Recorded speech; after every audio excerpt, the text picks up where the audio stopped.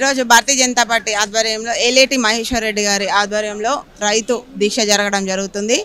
గత ప్రభుత్వంలో జరిగిన ఏవైతే తప్పులు ఉన్నాయో, ఏవైతే మేము గతంలో ఐకేపీ సెంటర్ల మీద దాడి చేయడం జరిగింది, రైతుల పరామర్శ సమయంలో మాలాంటి వాళ్ళ మీద ఆడవాళ్ళని చూడకుండా, మహిళలను చూడకుండా ఏవైతే రాళ్ళు వేసి మమ్మల్ని అవమానించిన ప్రభుత్వం ఈరోజు కనుమరుగైంది, ఎక్కడ కనిపించకుండా పోయింది.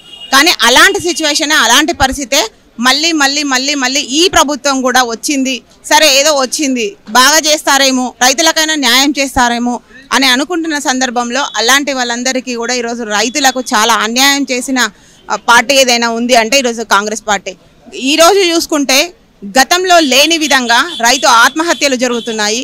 గతంలో లేని విధంగా రైతు రుణమాఫీ, మీరు ఎవరైనా రుణాలు తెచ్చుకోండి, 2 లక్షలు 3 లక్షలు ఎంతైనా తెచ్చుకోండి, మా ప్రభుత్వం వస్తుంది, రాగానే రైతు రుణమాఫీ జరుగుతుంది అని చెప్పిన ఏదైతే ప్రభుత్వం ఉందో ఈరోజు ఆ మాటలన్నీ కూడా ఏవి ఎక్కడ కూడా కనిపించని పరిస్థితి.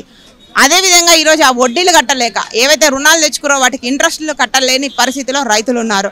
అలాంటి రైతులందరికీ కూడా ఈరోజు కాంగ్రెస్ ప్రభుత్వం ఏం సమాధానం చెప్తుంది, సమాధానం ఖచ్చితంగా చెప్పి తీరాలని ఈరోజు మేము ఈ ధర్నా చౌక్ దగ్గర ధర్నా చేయడం జరిగింది. దీనికి పెద్ద ఎత్తున రైతులు తరలిలు రావడం, తెలంగాణ రాష్ట్ర వ్యాప్తం నుంచి కూడా రైతులు తరలిలు రావడం జరిగింది. దీనికి ఖచ్చితంగా రేవంత్ రెడ్డి సమాధానం చెప్పి తీరాలి అని మన భారతీయ జనతా పార్టీ నుంచి మేము డిమాండ్ చేస్తాము.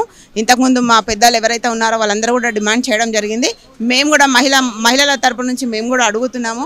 రైతు మహిళలు కూడా ఉన్నారు, ఈరోజు బయటకు వచ్చి వర్క్ చేస్తున్న వాళ్ళు చాలామంది ఉన్నారు. అలాంటి ఆర్గానిక్ పంటలు, ఆర్గానిక్ వ్యవసాయం చేస్తున్న మహిళలను మేము ఎంతోమంది దగ్గరికి వెళ్ళి కలిసాము, చూసాము.